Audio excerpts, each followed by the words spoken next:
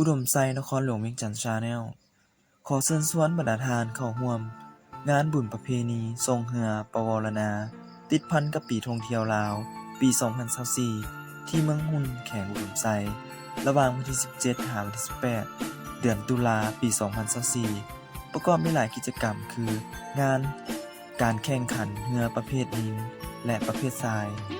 งานตลาดนัดวางแสดงสินค้าภายในและต่างประเทศงานประกวดเรืองามและซิมอาหารพื้นเมืองของเมืองหุ่นชมบูธวางแสดงผลิตภัณฑ์การท่องเที่ยวและบูธสินค้าผลิตภัณฑ์ของเมืองยินดีต้อนรับเข้าสู่เมืองหุ่น Welcome to เมืองหุ่น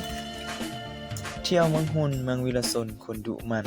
ตำนานเมืองเก่าจันไต่ป่าไม้ลำเทียนแปลกประหลาด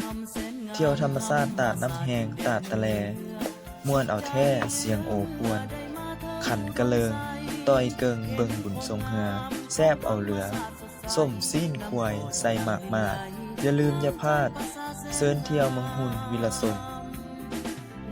สถานที่จะได้จัดขึ้นที่ผามไซน้ำแบงท่าซวงบ้านนาฝางเมืองหุ่นแขวงอุดมไซ